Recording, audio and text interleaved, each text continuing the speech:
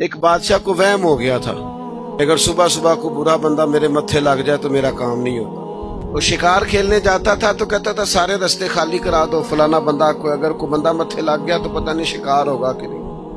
وہ شکار کھیلنے نکلا، ساری سڑکیں خالی کرا دی۔ ایک بندہ تھا بیچارہ جنگل سے لکڑیاں کاٹ کے لا رہا تھا، اپنے بچوں کے لیے چولہا جلانا تھا گھر میں۔ اسے پتہ نہیں تھا بادشاہ آ رہا ہے۔ وہ چڑھ گیا سڑک پہ، قابو آ گیا فوج۔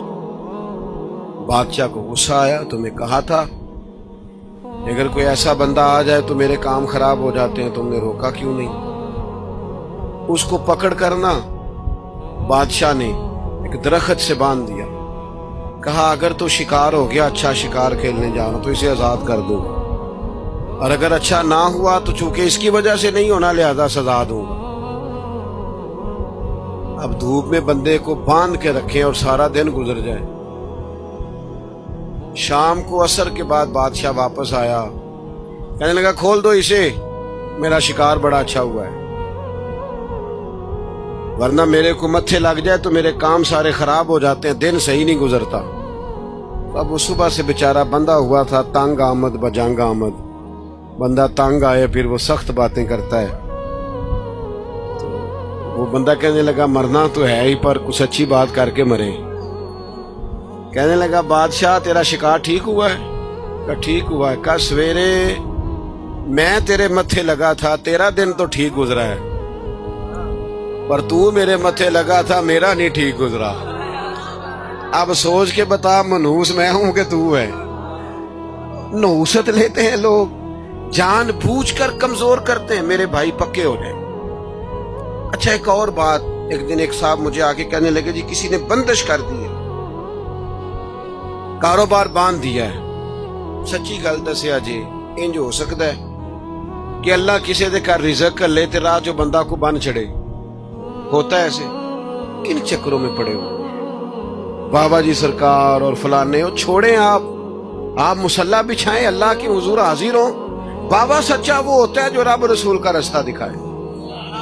اللہ والوں کی بیعت کا معنی جی میں غلام ہوں ایک درویش کا، ہم فقیروں کے غلام ہیں۔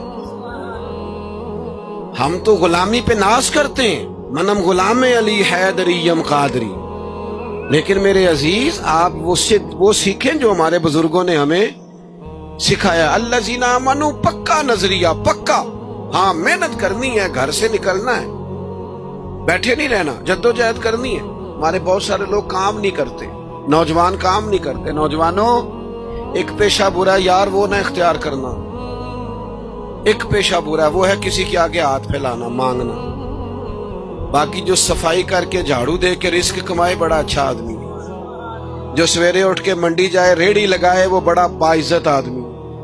ایک پیشہ برا وہ ہاتھ پھیلانا، ہاتھ نہیں پھیلانا کسی کے آگے، کسی دنیا دار سیٹھ نواب کے آگے نہیں جانا، کسی تگڑے رشتہ دار سے امید نہیں لگانی، امیدیں اللہ سے لگائیں۔ کمزور نہ بنے، طاقتور بنے۔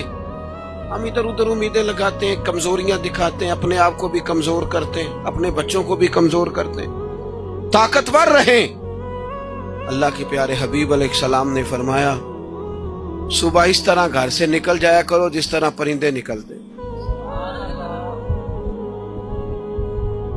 فرمایا اللہ پہ بھروسہ کر کے گھر سے نکلو، جو رب پرندوں کو پیٹ بھر کے روزی دیتا ہے تمہیں بھی عطا فرمائے گا۔